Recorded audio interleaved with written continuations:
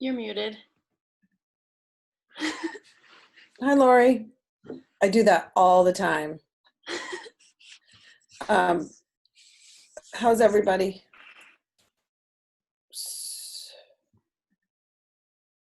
We should probably wait a couple minutes, just a little bit before 10.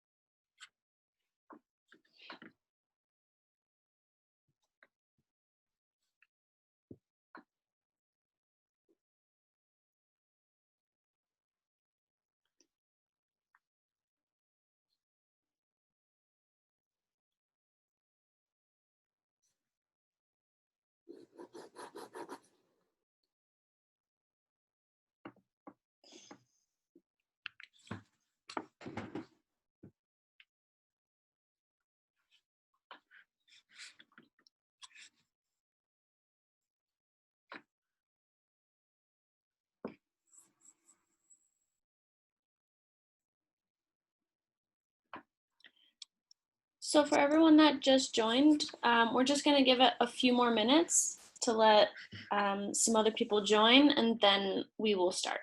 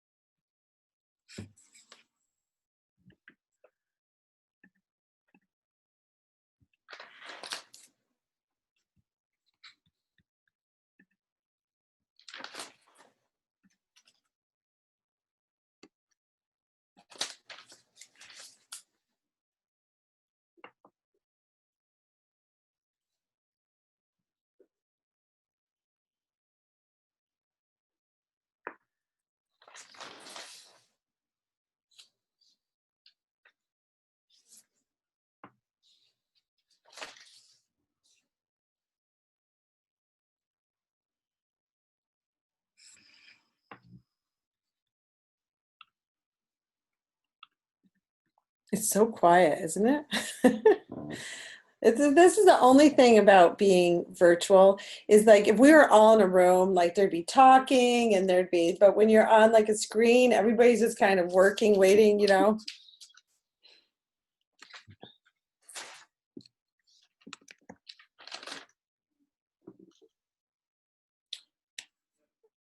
MJ and Michelle, do you want to get started?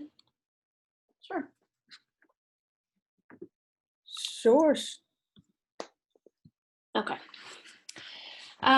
So hi, everyone. Thank you for joining us today.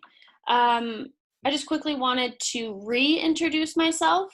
I'm Bethany, and at Roost, I've been the event coordinator and volunteer director, and I've recently taken on the role as the Lake Placid regional marketing manager. We're here today to talk about what fall looked like and get some feedback on our winter planning. We'll be going back and forth with the slideshow, and we're really going to encourage discussion. So feel free to ask questions, give feedback at any point. Just remember to unmute yourself, or you can put it in the chat. I'll check that frequently. Today, leading the discussion is Michelle Clement, and she's our Director of Marketing. And also with us today is Mary Jane Lawrence, and she is our Chief of Staff. So I'm going to turn it over to Michelle. Thank you. And thank you everybody for joining us today. I know we do have some other members of the team that are on the call today, and I think it'd be good to take a moment to let them introduce themselves.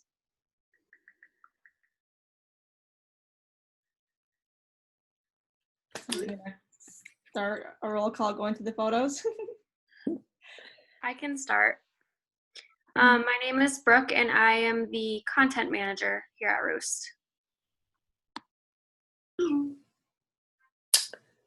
Let's see, we have Jason Lawrence. Jason, I don't know, are you struggling with, are you there? Do you have your sound? I'm here. I don't have any video at the moment. This is Jason Lawrence. I'm the Director of Digital Strategy. We have Buzzy Rickard. Hi, Buzzy Rickard, Conference Coordinator for the Conference Center. Did I miss anybody? Of course, we have James McKenna, our CEO and President. Hello. Is there anybody else on the staff that I'm not seeing? Okay, welcome everybody. I'm going to try and unmute Chris Jarvis. Don't really know how to do that. Jason, can you unmute 302-3033-518? Thank you. Okay, Chris, are you there? I hope. Anywho, hi Chris. Should we, how do you want to go? Michelle, do you want to start going, do you want to go back to the slides? Do we want to talk a little bit about fall? Yeah. Do you want to, before we get to fall, do you just want to give a quick overview on the summer and what we saw this summer as far as occupancy tax performance and this summer? Sure. I mean, you know, we don't have August numbers yet. We expect those probably by the end of this week, but looking at really April through July, what we show, and this is from occupancy tax collections compared 2020 to 19. So April and May, we saw a 78% decline in collections. No surprise, considering we all went through. And then June and July, we saw a 10% decrease over 2019, which was better than I think most of us anticipated. August, we're very interested in seeing August numbers because we, you know, certainly the eyeball surveys show look that we should be pretty close to last year's levels, but we'll know about that. What's interesting, you know, and again, we've all heard it, we don't have good data other than at this point, but new type of traveler, ones that might have not come to the Adirondacks in the past are coming. Length of stay seems to be a little bit longer, although we don't have good data on that. But one thing we can tell through OCTAX collection is that, you know, where we saw the largest increase in collections was in the private rental sector. And, you know, there's probably no surprises with that considering what we were going through, but they showed 110% increase in OCTAX collections year over year, 19 to 20. So Jim, just to clarify, did you say that June and July were 10% down, or was July even with last year and June was? Yeah, I didn't actually break it that way. I broke it by 2 months, but I believe that's probably, I think we saw a little decline in July overall, but most of that decline was in June. We also, you know, track Smith Travel Research, and that's specifically for the hotel industry. And I'm not sure if we want to get into that because there's too many numbers, but year to date, and this is through August, we saw Smith Travel report showed a 29.6% decline in occupancy. Now, those familiar with Smith Travel know not every lodging facility reports, but most of our larger ones do, and they're predominantly in North Elba with the exception of 2 properties in Ticonderoga. August showed a decline in occupancy of 16.7. But what's interesting is ADR, average daily rate, showed an increase. Year to date, it's running 4.7% up. And for the month of August, ADR ran 7.8% up. So part of this conversation that we wanted to have with the hoteliers and the business community this morning is to get a better understanding of what their travel patterns look like for the fall, September, which obviously is over now, into October and November. What's the travel look like? What does it look like midweek? Is the length of stay longer? And are you seeing reservations coming in for October and November? Anybody want to take that? Tracy or Richard? Just have to unmute yourself. Jess, I think you're on. Lisa G, anybody?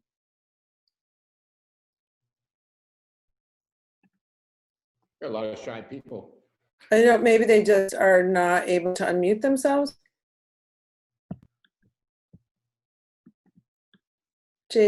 Or put it in the chat if you can't. Richard, how is your fall looking? Oh, Chris is like, how do I unmute? Jason, do you have to unmute them? It looks like, Chris, you are unmuted from what we can see. Jason, can you maybe unmute everybody? Do you have that power? I do. It's it's a little dangerous, but Let's go for it, because I'd rather have too many people talking than no one. Hello. So Richard, can you hear us?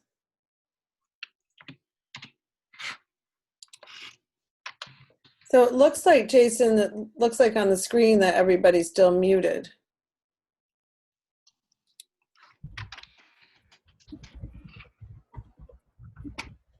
Although I can hear some people aren't.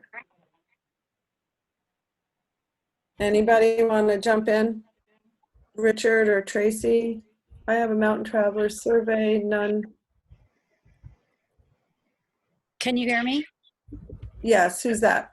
Lisa G. Hi, Lisa. Hi. So October looks better for us than last year. We have more guests during the week. I mean, obviously, weekends are full, the first, second, and third already. First, second, and third of October, weekends in October? Yes. And then the first week in October, during the week, like we're 70, 50, 50% during the week. And then we do have, we're 50% for the last week in October, sorry. So there's still people coming, I don't know. That's good. Does anybody else have any information to share? Liz has a mountain traveler sediment survey, which, yeah, if you have interesting information and you want to share it on the screen. I do, and you know, if there are others that have some other and they want to share their details about their bookings this winter, I found this survey to be very interesting, and this is from our partners with RRC Associates. They do all of the National Ski Area Association surveys and data. I can quickly share it. It's only like 6 or 7 slides, and just to give you guys an idea of on mountain travel. So hang on one second. Let me pull up that survey. This is impromptu. I didn't plan this. It was a good question that you asked, MJ. And I know that McKenna likes data, like me. Are you guys able to see anything yet? Yes, we can see your screen. Okay, so I'll just take you really quickly through it again. This happened in July, and it was done by RRC Associates. So, you know, when they questioned the travelers about their desire to travel, 61% said that they are eager, and 97% expressed some interest in travel once conditions are safe. As you can see, the sentiment is pretty willing, so long as we can project a safety message and that things are good up here. I feel that, you know, conditions are headed in the right direction for us.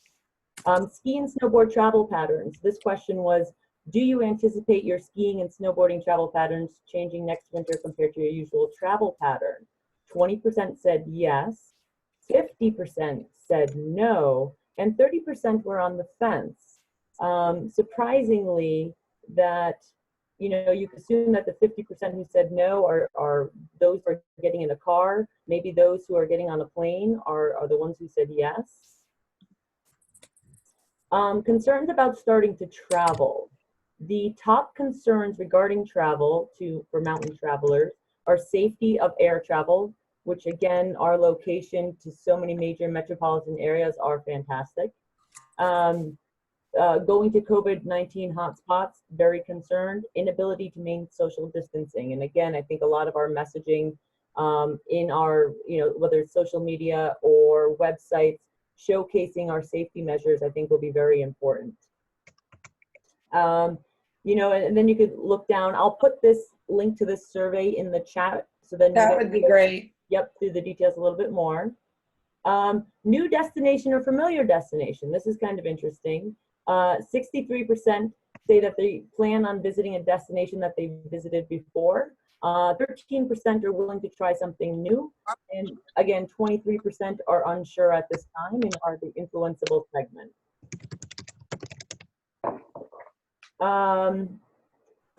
Mountain travelers compared to the national sample, without getting too detailed into a complex graph here. Again, I think in our products that we have to offer up here in the Adirondacks are fantastic because of the dispersed outdoor recreation people are most likely to participate in. Again, nothing necessarily new. We've been seeing this in the marketplace. Taking a road trip, skiing and snowboarding, rating very high on this scale compared to you know, the regular traveler. Dining outdoors at a restaurant, still scoring quite high. Staying in a vacation rental, also scoring quite high. And to what McKenna was saying, higher, and the feeling of safety compared to hotels is, you know, those things are interesting levels of vacation considerations. So from a hotel perspective, highlighting all of your sanitation procedures and cleanliness are certainly to your advantage. Absolutely. And I think that there's a comfort level there with standardization of expectations in a hotel. So you know, again, I think we're overall doing pretty well. And that was it. It was just kind of short, but to me, it was a very positive message for mountain travel this winter. And I'll put this link into the chat. Thank you very much. There are a few that came in. Yeah, there's problems going on with Jason. I don't know. I'm sure you're reading the chat, but people don't have a mic. So, but what it's looking like, same with the Golden Arrow and with the Crown Plaza as the Townhouse Lodge. It looks like the first 3 weeks of Columbus Day are, you know, excuse me, of October are pretty strong, but then it looks like it falls off pretty drastically after that. If you don't have a mic on your computer, you can use the call-in number that was provided as well. You can leave your computer screen on, but you can also call in to get audio that way. Mary Jane, it's Chris. Can you hear me now? All right, there you are. Hi, Chris. How are you? Good.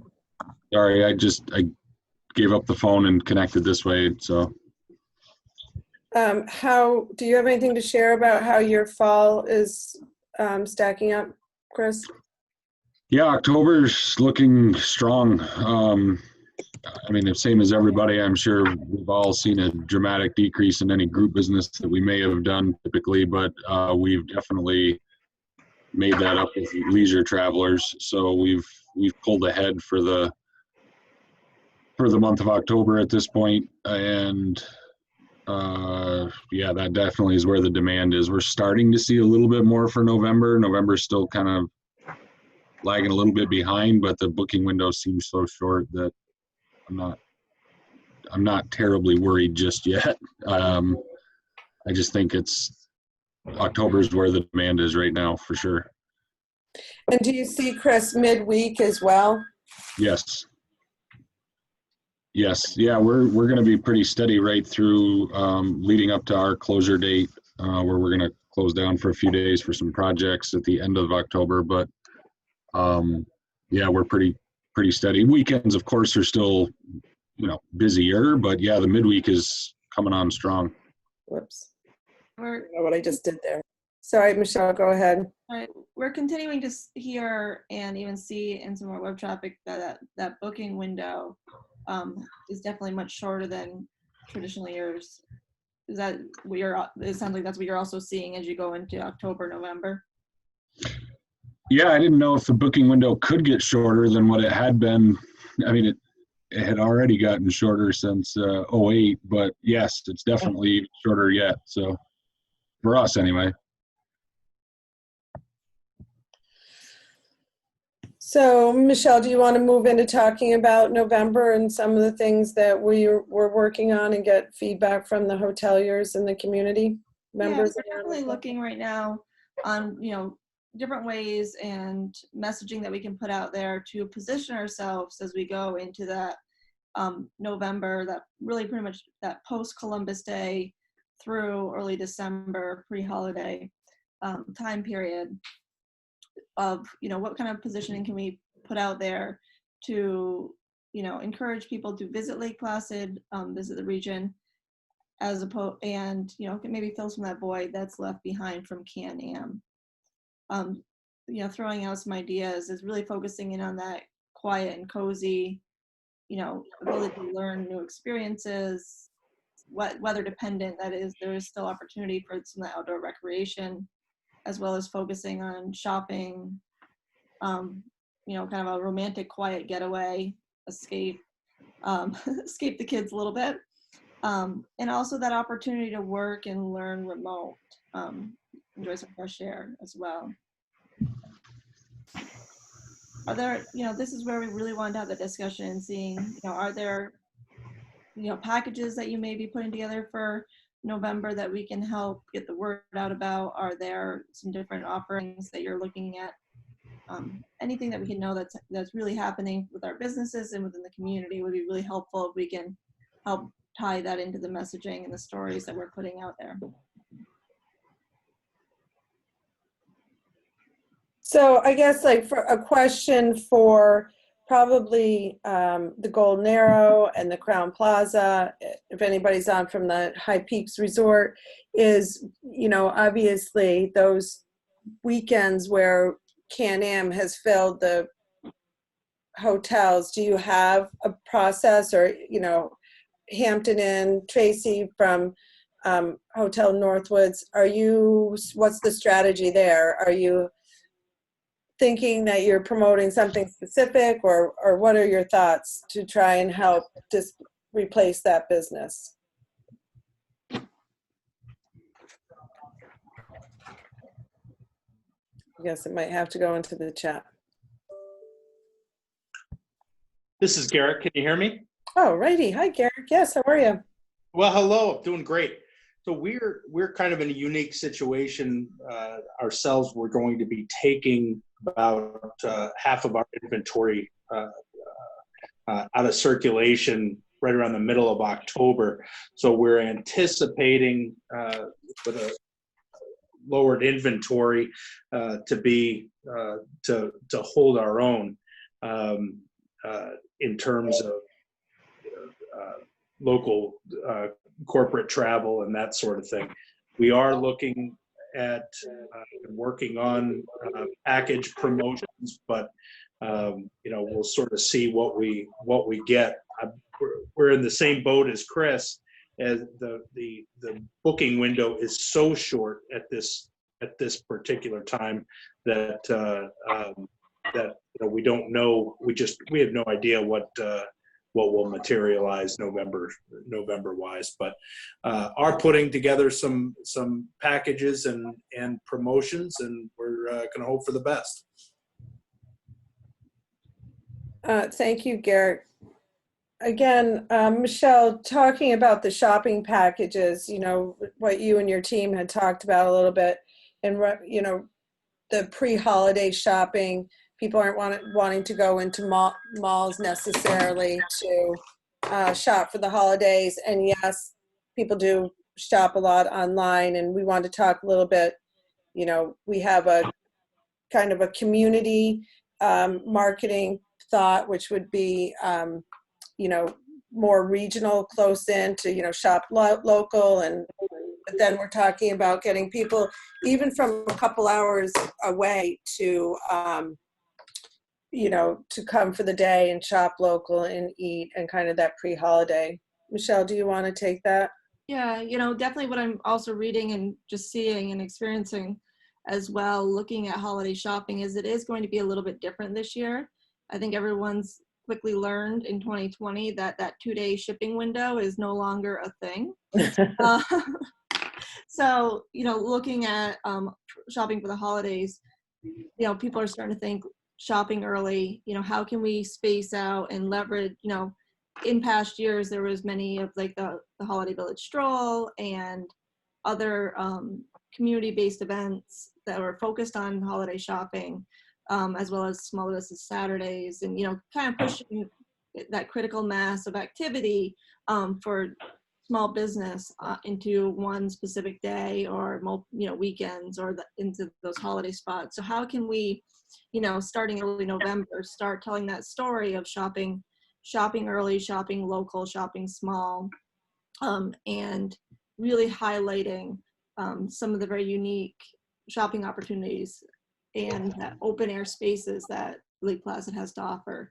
So we would start looking at, weaving that story into our kind of pre-holiday November travel marketing that's out there to those, in that 2-3 hour radius, as well as, trying to also build that local kind of state of mind that, I think that as the communities kind of rallied together in the spring to help support their local businesses. And, we always kind of talk about how it's important to shop small and shop local. In December this year, really hammering home on that. So we'll be looking at leveraging that and putting that together starting, really right after Halloween. Also, Michelle, I think that you had mentioned that you did have some conversations in regards to looking for packages about working remotely while vacationing or learning remotely while on a getaway, being able to do both at the same time in this unique situation. And so that might be an opportunity as well for hotels to create packages like that. No, that's definitely an opportunity that travel writers are looking at is, are there packages available for people that would stay that longer, stay for a full week, and work or learn remotely? Also, anything that's like converted space, how is the space set up for working and learning remotely? So any details that you may have that would fit into that storyline would be great information to channel through Bethany to get to us so that we could kind of package that together to tell that story of making Lake Placid your perfect office. So we talked about the holiday shopping, and do you want to talk about the Lake Placid holiday travel? Because I think it's good for us to hear also. I mean, I know a lot of the hotels promoted the holiday season and the buffets and the Santa and the, enjoy your holidays with us. And is that going to be the same messaging this year, or are you going to switch it up? Yeah, we're gonna definitely. Someone else talking. Sorry about that. Definitely, there's going to be a little bit of a shift to that, kind of laying off a little bit of that perfect holiday, and talking more about, it's an escape to Lake Placid for the holiday season. It's definitely going to look different. I think everybody's holiday, not just in Lake Placid, but everybody's holiday is going to be very different. People that may have traditionally traveled, and this is both for Thanksgiving and then getting into the December holidays, to see family may not be that this year. So looking to maybe escape in smaller groups, the whole family at a destination or at mom or grandma's house. So really leveraging that, taking it back to the classics that we really have to offer, the outdoor recreation that is available, that fresh air, wide open spaces, the natural beauty of the Adirondacks and of Lake Placid. So focusing on those activities that family can enjoy together, kind of creating those new traditions with your family and your kids that you may have had with your parents or grandparents growing up, looking into the nostalgia there. Also, not to be remiss on retail and restaurants and talking about those experiences that are available, but really with any of our winter campaigns, and we learned throughout the summer, is really important to have those tips for traveling during this time and making that really part of that storyline, because that's what people are looking for as part of that research and planning phase. So having that kind of woven right into that holiday travel in Lake Placid. I would really love to, before we go too much farther down this road of talking about that December holiday travel time period, is hearing, anything that you may be thinking about offering that might be a little bit different this year, that kind of replaces some of those traditional holiday offerings that are not available for 2020.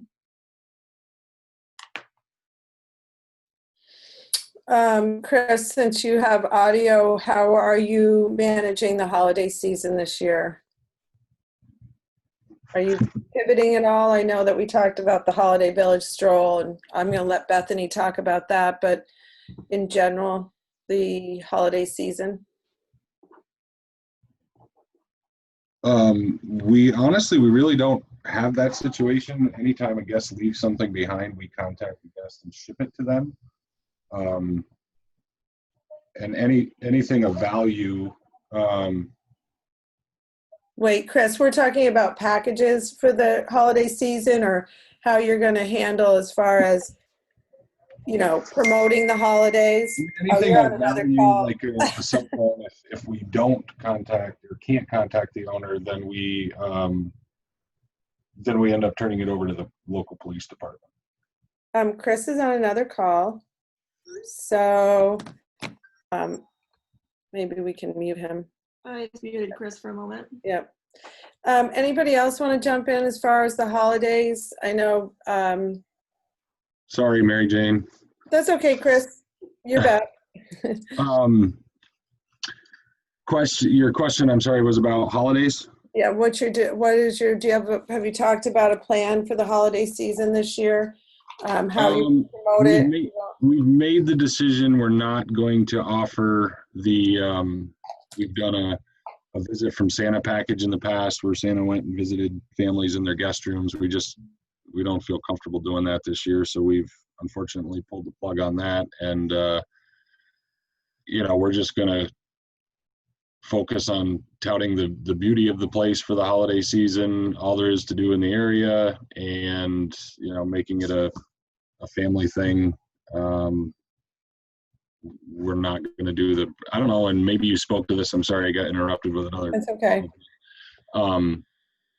Has a final determination been made on the plans for stroll at this stage? I know we had breakfast with Santa, but we've decided we're not going to do that either if that goes forward. But if, depending on what the stroll package looks like, if there is even going to be one, that's something we would potentially be interested in obviously promoting as well, but I don't know where that stands.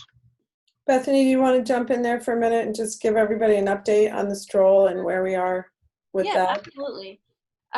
So right now what our plan is and what we're hoping to do is what we're calling a mini stroll. We're still working on the details of the activities that we can do, but we are talking about doing the shopping dollars still, the ornaments, virtual jingle bell run. So that's pretty much what we have decided we could pull off. And as far as all the other activities, we're still trying to figure out what we can do, but our goal is to host a mini stroll and not cancel the event completely. So I don't want to commit to any events, and I don't want to talk on any events that we haven't finalized yet, but we are I'm hoping to have a meeting with the committee early next week to kind of figure out where we're at with that. So. Okay. I see that Crown Plaza said that they're not going to be offering their usual Thanksgiving buffet. I'm assuming, Chris, Mirror Lake Inn is, or are you not? I shouldn't assume anything, actually. No, we're not doing the typical elaborate buffet that we have done for years. We are going to just do a plated Thanksgiving dinner versus the buffet, which means we aren't going to be able to do as much volume, but it is what it is, and here we are. And here we are. Um, Are there any major concerns with some of these major talking points going into that December travel season? And if you think of things on any of these topics, like after the meeting, don't be afraid to reach out to Bethany and share those as well. You know, we definitely want to keep this a two-way discussions. We're definitely all in this together as we head into the next part of the year. Yeah, I would just, my only comment with the stroll, and I am sympathetic. That's a tough position. We've done it for years, and obviously not something we want to have to completely do away with. So if there's a modified version or a mini version that can be pulled off safely, I think that's great.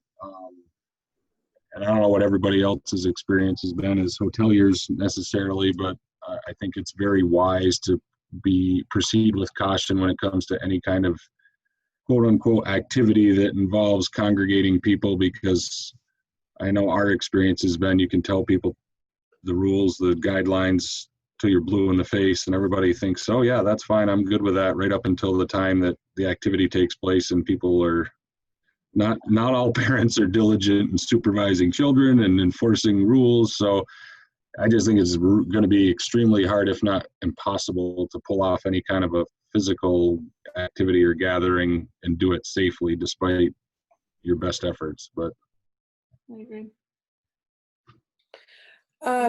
On this slide that I'm sharing right now, thank you, Chris. We're on the winter leisure travel. Michelle, do you want to talk a little bit about that? And then perhaps the Olympic Authority folks can give us an update on what they're looking at.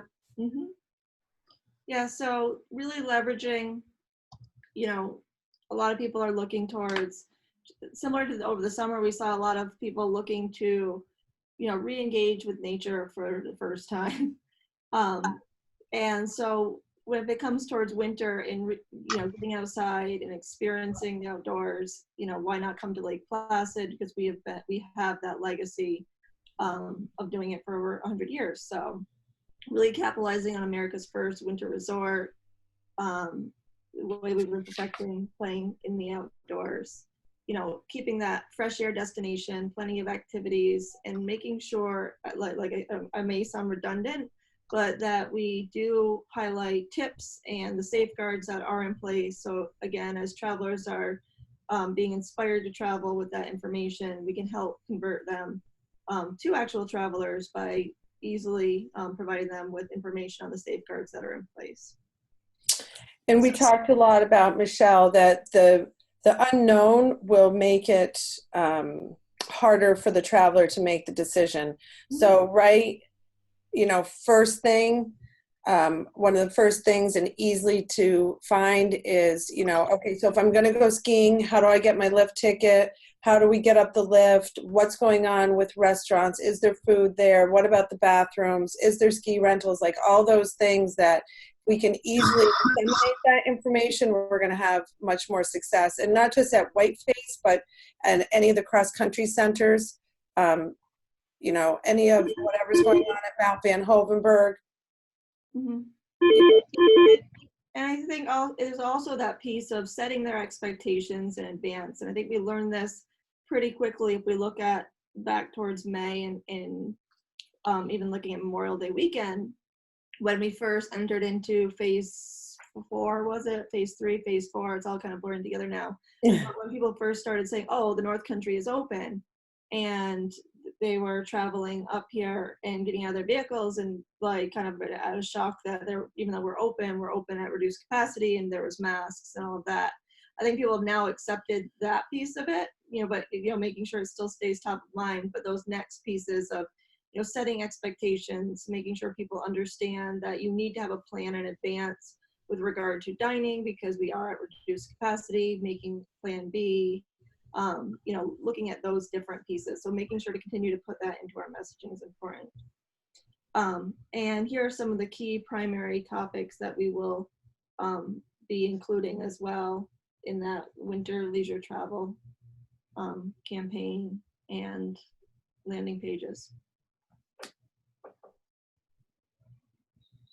So Liz or Jeff or whomever, do you want to give us an update on the venues and what the plans are for the winter?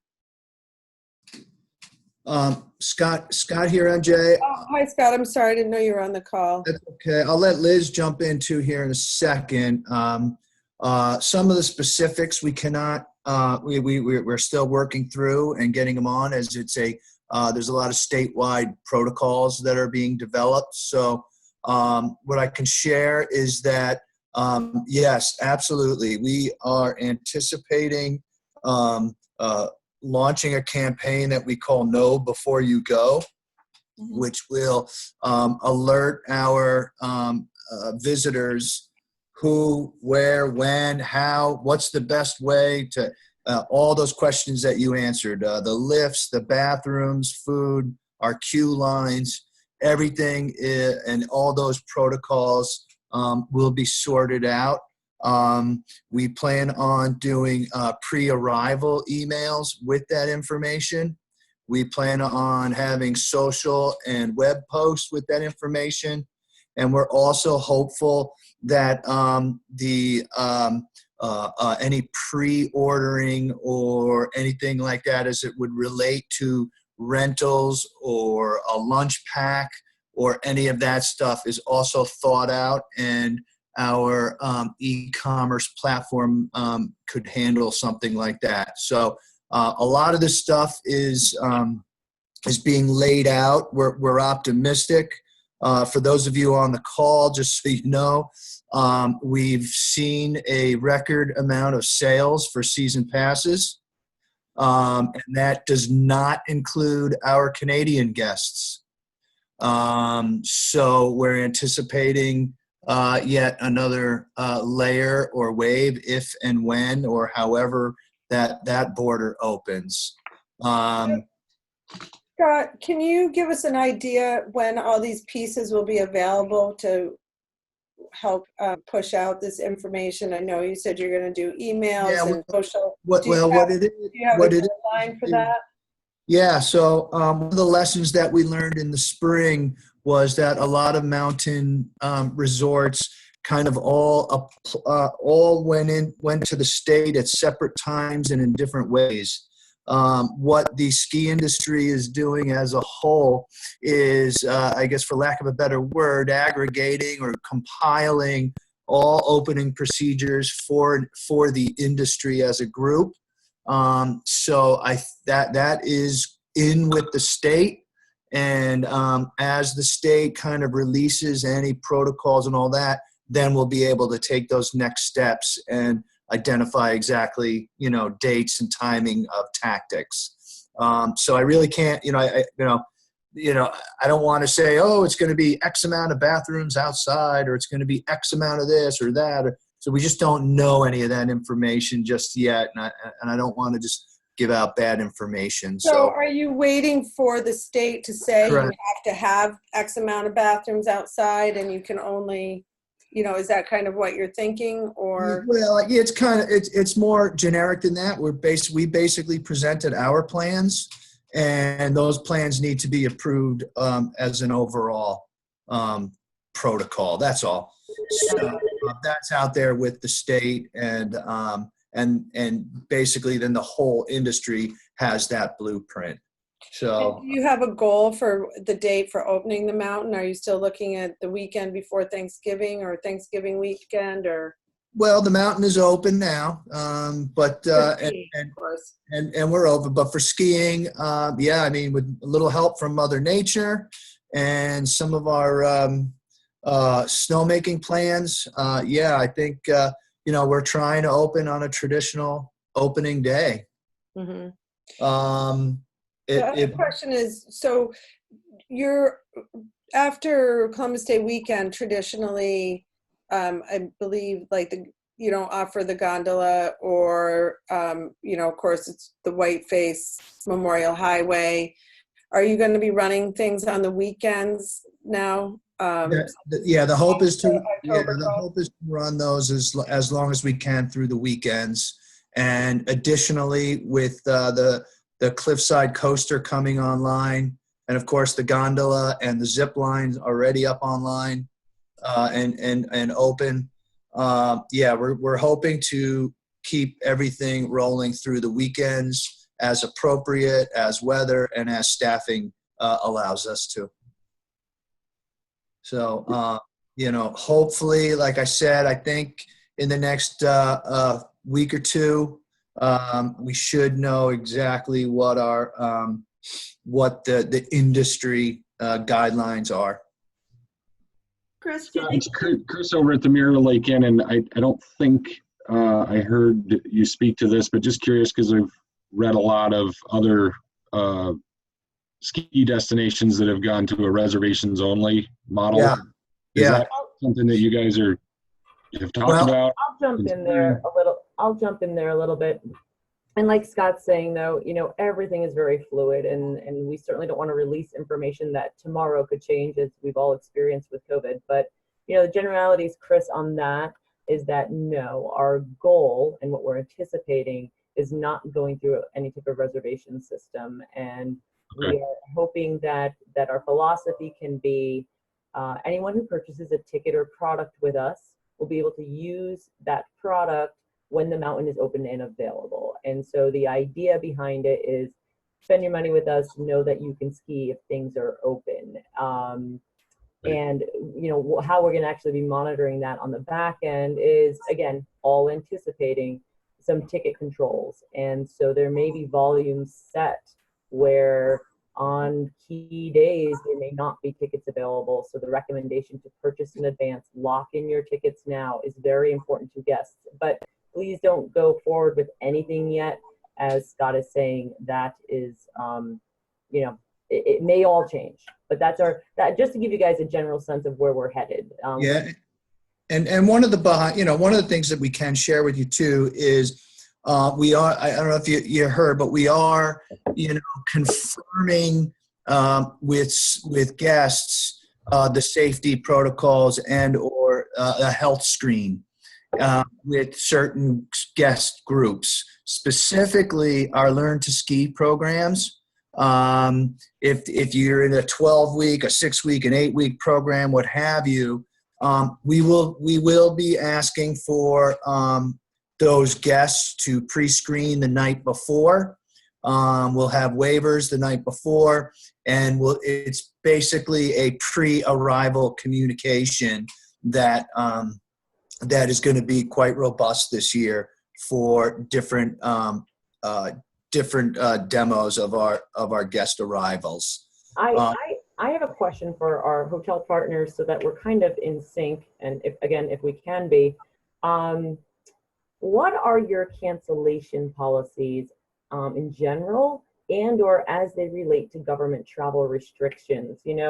Certainly all of us and anyone who's traveled recently have seen easier policies. I'm curious as to what the hotels are doing. Can you guys give a sense of, say somebody booked a room with you and then find out that they're a blocked state? How are you guys handling that? This is Garrick from the Hotel Northwoods, and we have been very flexible with cancellation policies really throughout, based on the fact that we certainly don't want to force somebody to introduce anything into this area if they don't have to or need to. So I think the best answer, and some of the other hotel properties that I've spoken with are in a similar position where we're doing our best to hang on to the money we've got, but we've been very, very flexible. Garrett, do you give credits or do you give refunds? And I'm sorry if that's too much information. I'm just curious. No, that's okay. That's okay. We're in an unusual, because we're going under such a substantial renovation. We've been offering refunds, but if there are, depending on the source of booking, we'll try and move that reservation forward. But at the end of the day, we're sort of cutting our losses, and based on the recent compression in the market, we've really had no problem selling those rooms. We may see a different story in mid-December and forward. So we'll that's how we've sort of handled it. Yeah, and this is Chris again. We've shortened our cancellation window dramatically, and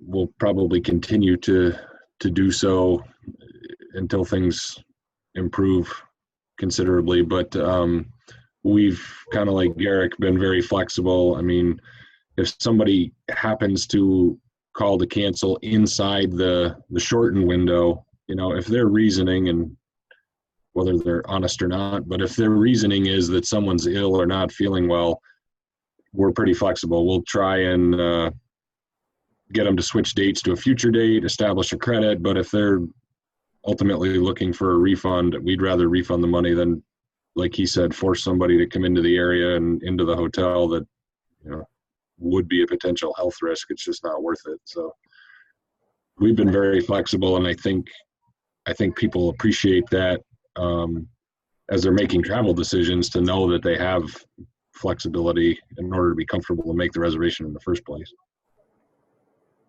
I'd agree. To piggyback on Chris's point, we think it's even given our guests the confidence to book things, knowing that that everything may change. Everything's subject to change from day in and day out, and more times than not, they follow through. So it's been it's worked well for us. And the Golden Arrow has a 24-hour cancellation policy from a 7-day cancellation. I'm reading the chat.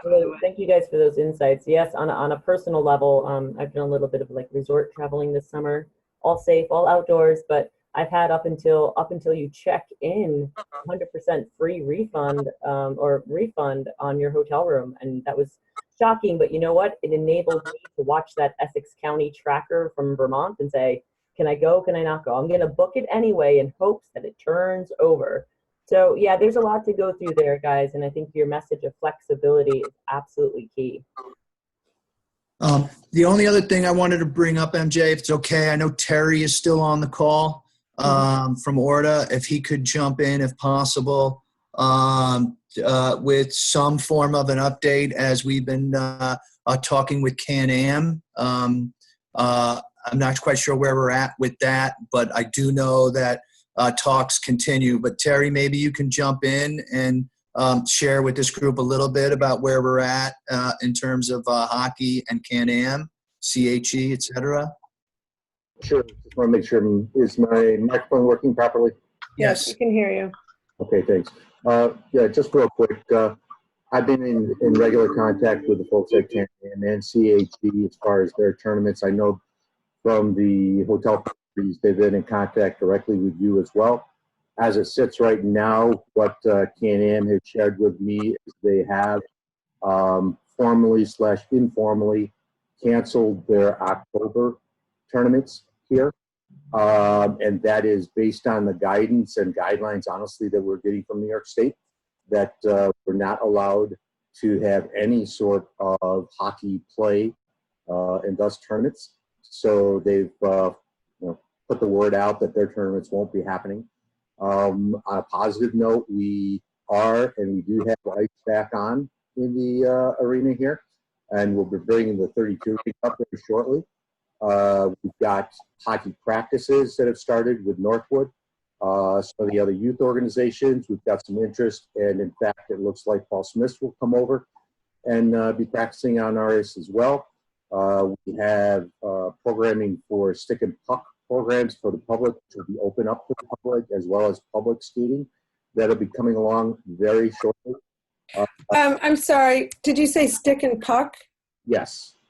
Yes, which in layman's terms, it's basically hockey's version of a public skate. So hockey sticks, hockey gloves, hockey helmet are required, and obviously a hockey puck.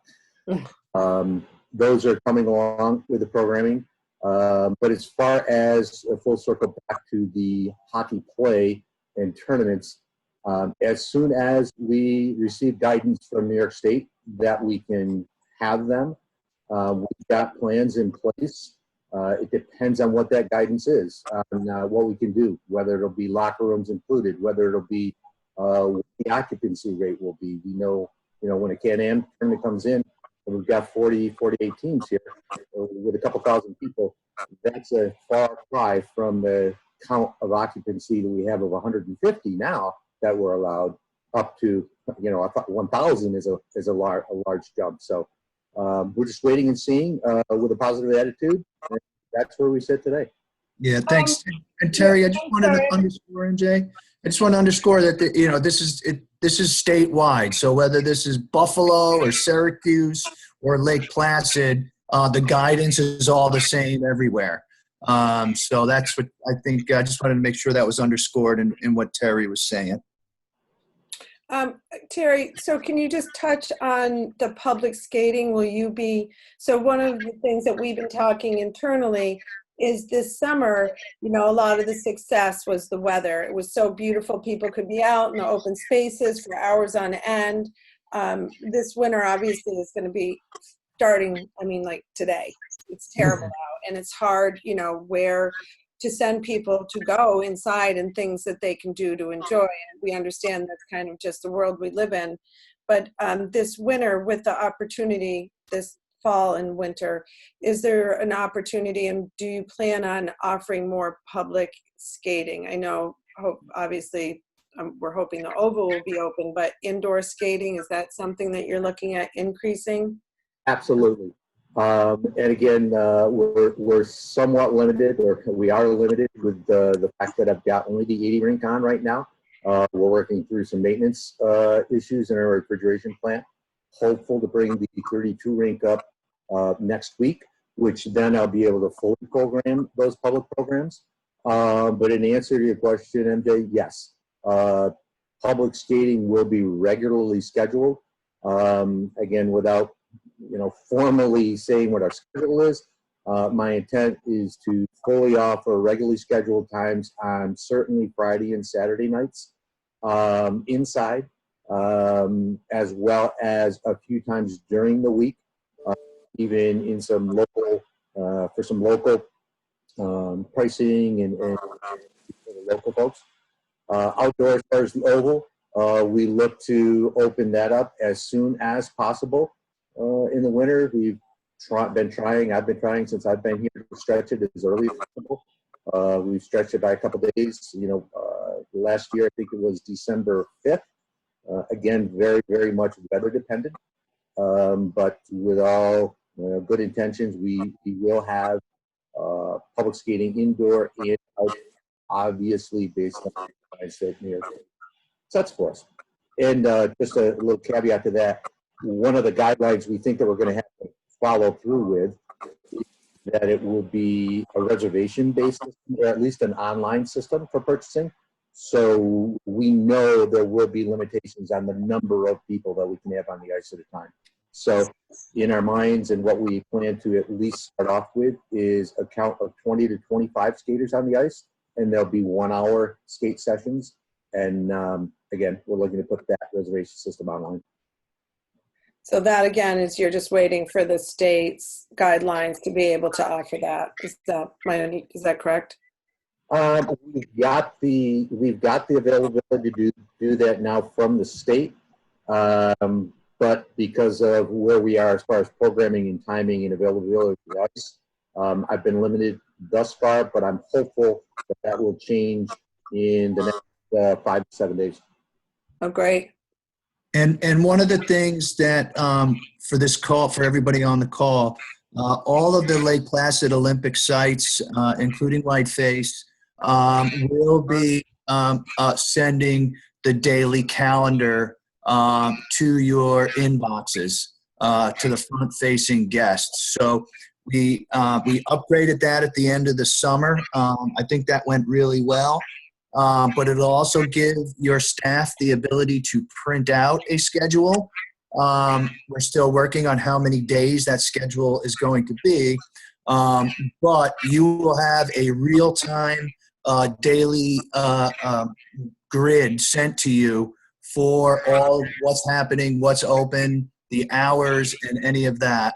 And then additionally, we have lobby signage, point of sale signage, whatever you want to call it, that has a QR code that any guests in the hotel, restaurant, wherever, can just point at that QR code, and it gives them the real-time, up-to-the-minute openings of what's happening for that day. And also, they can select any day, quite frankly, when they're on that app. So we're excited. We're trying to get the communication more frequent and as fresh as we can to you. Yeah, the QR code's great. Is that something that you expect soon? With it, yes, and we tested it a few weeks ago, and it's working quite well. Yes, we'll have it very soon. It's the big question. What we're struggling with is the printing version. Right now, we're trying to be able that you guys can have your cake and eat it too, where you can see the real-time, up-to-the-minute daily thing on this QR code, but you can also print the old school full week of activities. They each come with challenges because the 1 week one is obviously outdated the minute you hit print. And if something closes, we hate for you to send guests somewhere that's closed. But we're also hearing from a lot of your staff, particularly your frontline staff, that there are people that like to take that piece of paper with them and kind of see what the whole Olympic Park is doing and looks like, if you will. So that's what we're solving. We have an account manager on it for everybody here, Joe Curry, who a lot of folks know, and he'll be ready to drive over and set up that little QR code for you right away. Okay. So, thank Just you. for perspective of the Olympic Center here, we've been using that in the museum throughout the summer, and it's worked great because we've obviously had capacity limitations. So that's worked great here, and we should be sharing that. So for Whiteface, are you eliminating all group rates for the season, including midweek? Right now, we're working on groups case by case. Yeah, that stuff is on hold. It's not gone. It's not moving forward, but it is in discussion. And again, once we get the state guidelines, we will reevaluate. And again, I can anticipate that off the cuff. We may not have those things available, but maybe come January we will. So again, it's a little bit fluid. We apologize for not having more information immediately, but as soon as we do, we'll get some memos out. Mary Jane, I think we'll get it out to you to then send out to our hotel partners. I feel like you guys may have the most updated list these days. That sounds good. We're happy to help disseminate that information. Sorry, Mary Jane, go ahead. Go ahead. I was just going to ask, and I don't want to assume, but given the fact that you anticipate you may have some limitations on ticket sales, et cetera, would you say at this point it's highly unlikely that hotels will have the ability to print lift tickets? Yeah, I'd say like that's pretty much off the table, Chris, mostly not even because of the limitations, but the ability to count those. There's a multiple factors. So yes, for your planning purposes, you could probably plan on those not being available. And everything is pretty much going to be on our online channel on whiteface.com for the best deals. Like, again, anticipating not doing anything third party these days, no Liftopia. And again, it's so that we can better manage all our volumes, communicate directly with our guests, and any other tracking mechanisms that we may have to have in place. So those are all the reasons. I understand. That makes sense. I just, and again, I kind of assumed that from some of the stuff you guys have been talking about. I just kind of wanted to put to bed, if we could, our internal discussions about ski packaging and that sort of thing. So Fair it's enough. good to know just for that purpose. So thank you. You're welcome. Is there any other questions on the Olympic venues, Whiteface, anything? The only two things that we have left to talk about is Michelle was going to touch on, PR, and then some of our email strategies that are new. MJ, I was just going to add that we will have an open house for Mount Van Hovenberg and that new lodge some point. I'm anticipating in January when it's, when the flowers are in the vases and the fire is roaring and, it's all ready to go. So we will do the same like we did for many of you on the call today where we invited you out to the jumps. We'll do the same thing with Mount Van Ho, where you can see the start track, the coaster, the climbing wall, the biathlon stadium, et cetera, et cetera. So we're hoping to have, we had a nice turnout. I think we had almost 50, 60 folks from the community, from your properties come out and visit with us a couple weeks ago. And we're hoping to do even more than that when we do the open house in January. Sounds good. Thank you. Michelle, do you want to move on to PR? Yeah, and I think a couple of these, just some topics and trending of interest we did touch on as we went through some of the previous slides, but while we have everybody together, I think it's really good to talk about that we're starting to put together the what's new, the new developments for winter. As we know, travel writers are always looking for that hot new thing. But this year, I think that there is that flexibility on not just like a new build or a new attraction, new restaurant, et cetera. They're also looking for any sort of creative alterations or even stories of how lodging properties, restaurants, attractions, et cetera, have gone above and beyond to accommodate travelers, maybe converted spaces. Especially they're looking for ways that you can extend that dining experience. Definitely getting questions about, outdoor tents for dining, stuff like that. So as you're finding or learning or trying anything new, keeping Bethany in the loop on those elements so that we can have that top of mind as those different PR inquiries come in and put together our winter pitches. So new development and creative alterations. Again, any sort of packaging on ways that properties can accommodate that work and learn remotely from Lake Placid. Those are kind of some of the top trending pieces. We will continue to actively engage in pitching and hosting FAM tours. We're definitely will continue to look at, highlighting what you can experience in Lake Placid this winter, rather than focusing obviously on what isn't available. There is, when it comes to a destination that has a lot to offer during this time in travel. Lake Placid has that, so continuing to leverage that. As well as looking at ways, midweek, we've always been trying to push that midweek via cost savings, et cetera, but people are really truly looking for more space, less waiting, whether it's for dining, bathrooms, et cetera. So looking at ways we can work with travel writers to tell that story of midweek, especially as we go into winter and a lot of people are working remotely and have a little bit more flexibility. How can we leverage that to our advantage to try to, disperse travelers into that midweek time period. And then, quickly, I know we're getting a little long in the meeting, but I think that it's worth taking a minute just to talk about some of the new email activities that we have been working on as a team this year. So we had been doing what was, the weekly Adirondacks USA email that goes out with a variety of inspirational stories from around the Adirondack region. But we've also added on a few very interesting, more segmented, much more targeted activities, and have some coming in the pipeline as well. So our email system of about 160 subscribers.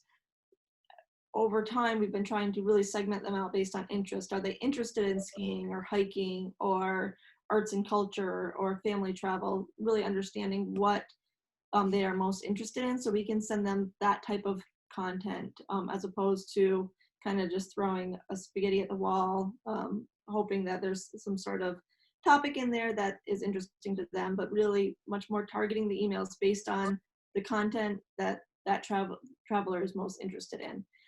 So in addition to our list that about 20% of our list had been segmented before, we've been working on sending out interest-based emails that will help people and get more information on our email list, so that we can, and we will be in the next month or two, starting to send much more interest-based emails. So if somebody's into skiing, we can start sending them that ski information, and even more importantly, that information on what to know as you go into the winter season. So that is something we're really excited about, as well as new welcome emails, so that as people sign up for our list, they will be getting much more customized emails directly from Lake Placid as they sign up to join that mailing list.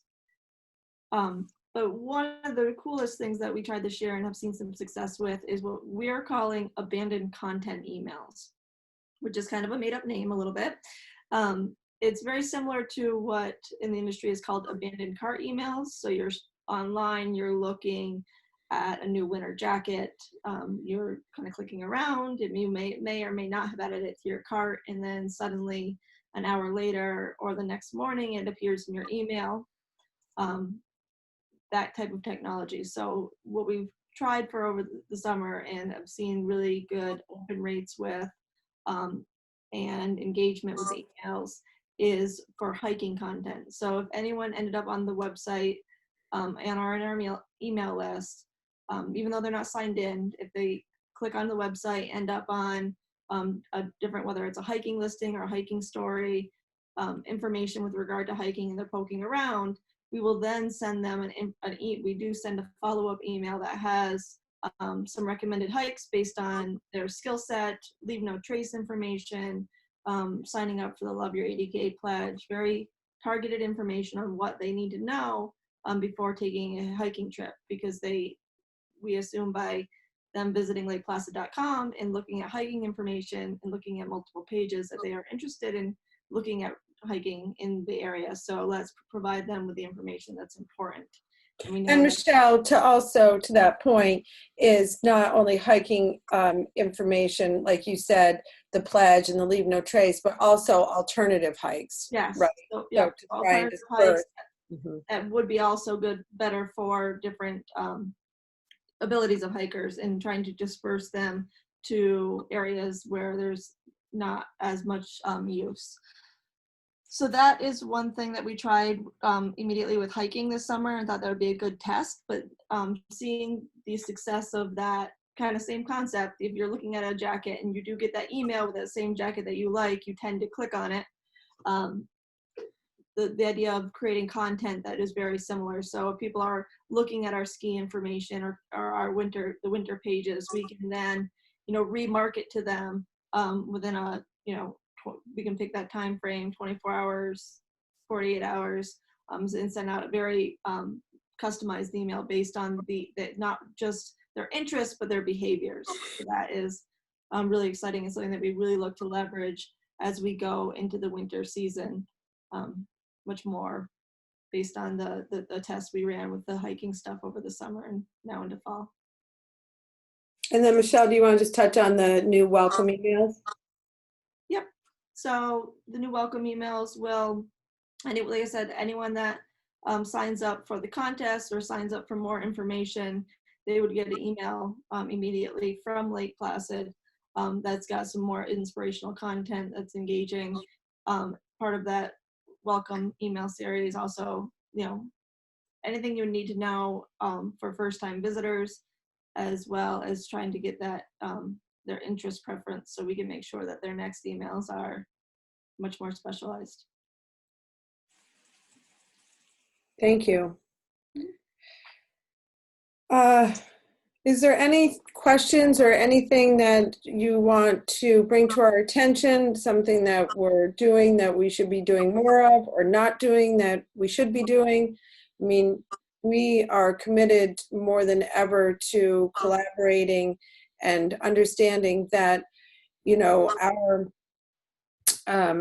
past focus has been talking to the traveler, and probably 90% of our energy would go towards, you know, talking to the traveler, and 10% to the community and our members within the community. And we're really looking to even out those percentages, because we understand, and probably, you know, we've had the conversation for a couple of years internally, but COVID really brought it to light that we really need to all be working and swimming in the same direction, and understanding the needs, and, you know, what our restrictions are from our perspective, and what your restrictions are, and how we can work together to elevate the community and to enhance the people that live here, their experience, as well as the people that work here and all of us on the call, and to make that, you know, the traveler experience seamless as well. And that's a challenge in today's world, because, you know, as said many times, it's a moving target, and things are changing rapidly, and there's a lot of unknown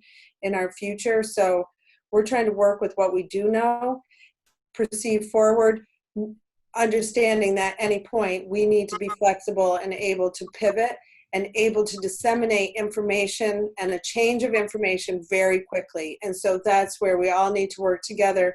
If you see something that's not accurate that we're sending out or on one of our websites, and any information that changes on your end, if you could be mindful to get it to us as quickly as possible, so that we can change it where we need to, and to get that out to the traveler and to the community, we're going to be light years ahead of, you know, other destinations and other communities similar to ours.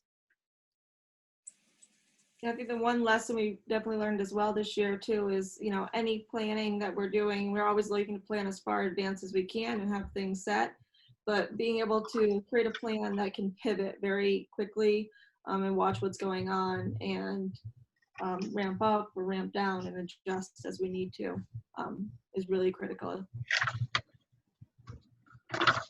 MJ, I'd like to give just a little overview about the guidelines and, you know, how the state works, so everybody understands that process.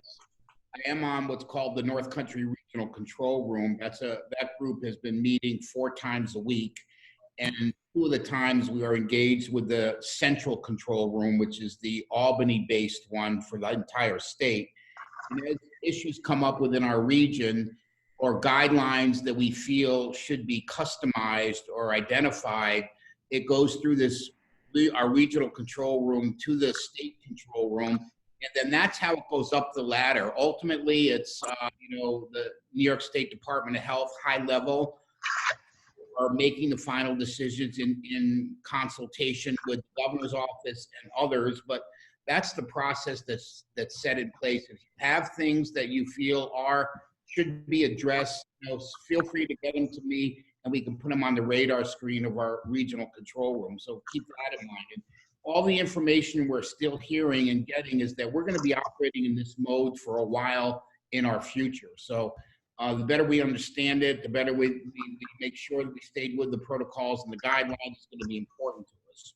Another local development that's happening, just so you're aware, Adirondack Health and Trudeau have been working diligently to get the necessary machines in place at Adirondack Health so that we can be positioned to have 24-hour test results on COVID, which right now is, if those of you that might be familiar with that Essex Center situation, some of their testing took 19 days to get back, which led to a lot of the ripple effect and certainly the challenges that they had was a result of the long time testing. So that's another thing that's in process, and we hope by the end of October that will be able to commence at Adirondack Health. So just a couple of things, but you know, the information that we see, again, we don't see a big change happening over the winter season on the current guidelines.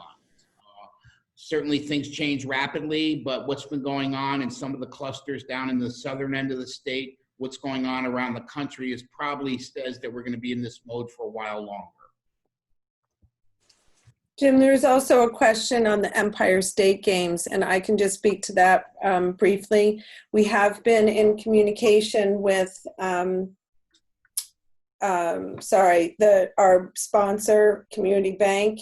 And at this time, they're in a holding pattern.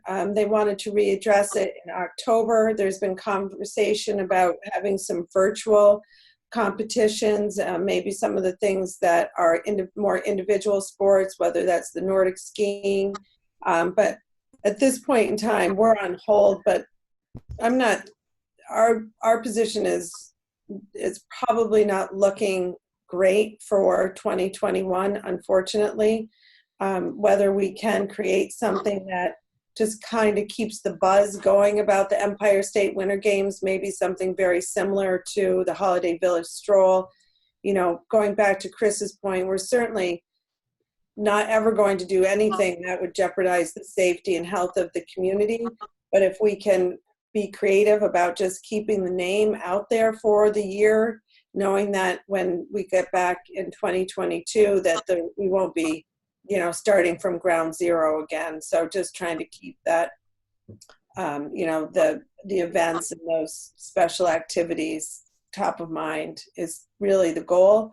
So we don't have any real position on the Empire State Winter Games. You know, I think that it'll be up to the main sponsor. And at this time, they want to hold until October to see if anything could possibly change. But obviously, I think we all agree that's probably not going to happen. Any questions that anybody wants to ask or comments? Those of you, for whatever reason, don't have audio, you're welcome to put it in the chat, or you can, of course, email Bethany. Bethany, do you want to just go ahead and put your email in the chat? Yeah, absolutely.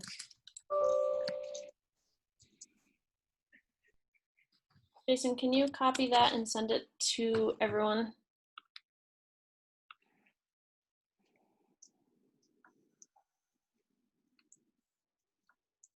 So for some reason I can, oh, there we go. Jason just copy and pasted that for everyone to see. Anything else that anybody on the Roost team or on the call wants to go over? We can probably wrap it up. Thank you, everybody, for joining us. MJ? Yes. Oh, Yeah. I'm sorry.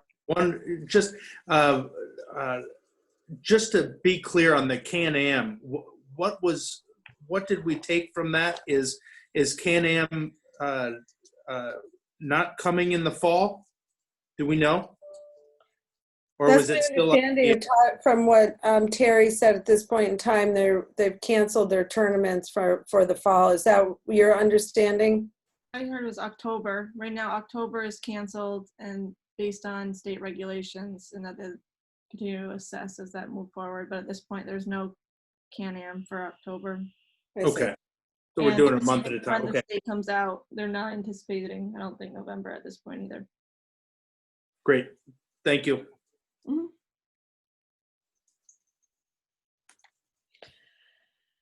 Okay, well, everybody, thank you very much for coming and have a wonderful day. Yes, thank you. Thank you. Thank you, everyone.